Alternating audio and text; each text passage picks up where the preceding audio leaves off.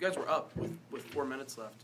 What went wrong in the final 5 minutes for you guys? I would say that we lost our composure a little bit. You know, I didn't think that we executed very well out of a timeout. I do think they changed defenses on us earlier in the quarter, and we didn't handle that very well, which is disappointing because we're pretty good against the zone, and we didn't handle that real well. But I think we just lost our composure a little bit in this environment, and I mean, it was a great environment for the most part.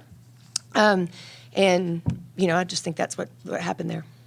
Bryn's performance there in the second I half. thought she was super gutty, and it's unfortunate that they have fans that are going to cuss her when she's standing on the free throw line.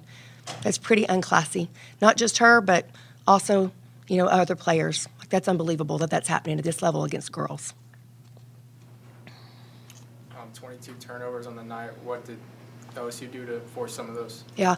You know, the first 5 minutes, it was what Texas Tech did to themselves because we had 5 turnovers in the first 5 possessions, and it was all us. I will say after that, obviously, Oklahoma State played good defense. They got after us. They got through some passing lanes. They took away some of the things that we wanted to do.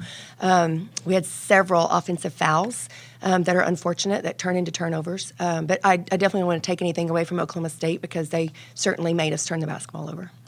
What kind of allowed them to, you guys were up by 1 and then they went on that big scoring run. Was there any one particular thing you saw that allowed them to do that, or did they just get hot at the right time? Or? No, our ball screen defense wasn't great late. You know, we had to make a couple of substitutions and it wasn't great. And so Milton got to the lane a couple of times for some easy layups. But then they did, when they had a gap, when they had a little bit of a lead, they knocked down a 3, and then it kind of made that lead grow, and it was difficult to claw our way back out.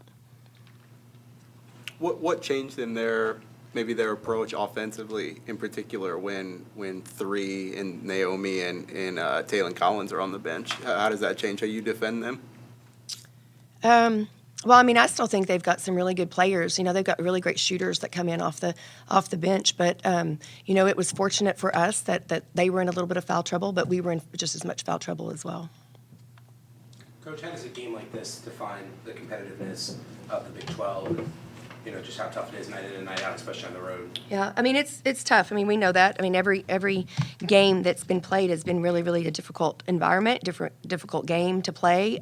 There's a lot of parity in the Big 12 this year, and when you're on the road, you can expect it to be, you know, extra difficult. So, but I do think that our kids fought super hard. I thought they were really competitive all night long. I thought the fact that they came back and took the lead says a lot about them, and you know, they fought to the very end.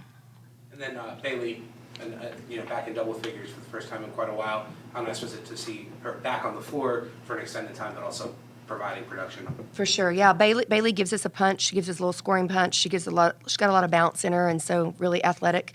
And it's good to have her back in the rotation and obviously healthy. And it was also nice to see Riley get some shots to go down for her as well. Anything else for Coach?